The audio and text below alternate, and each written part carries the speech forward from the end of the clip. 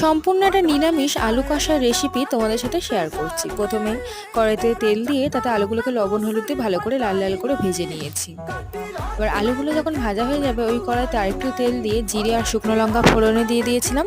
ফোড়নের গন্ধটা ছেড়ে দিলে আদা বাটা আর শুকনো লঙ্কা জিরে বাটা দিয়ে মশলাটাকে ভালো করে ভেজে ওপর থেকে চিনি দিয়ে দিয়েছিলাম। আর এরপরে লঙ্কার গুঁড়ো, হলুদ গুঁড়ো, জিরের গুঁড়ো, গোলা জল দিয়ে ভালো করে হাই ফ্লেমে মশলাটাকে ফুটিয়ে নিয়ে তারপর ফ্লেমটাকে লো করে তো আলুদম মশলা দিয়ে একটু কষিয়ে নিয়ে ভেজে রাখা আলুগুলোকে দিয়ে দিয়েছিলাম।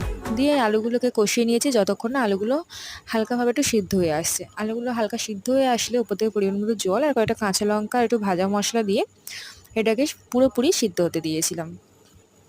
এরপর আলুগুলো সিদ্ধ হয়ে গেলে উপর থেকে আরেকটু চিনি, গরম মশলা আর ঘি দিয়ে একদম গা মাখা মাখা ঝোলটা টেনে নিলে তখন নামিয়ে নিয়েছিলাম।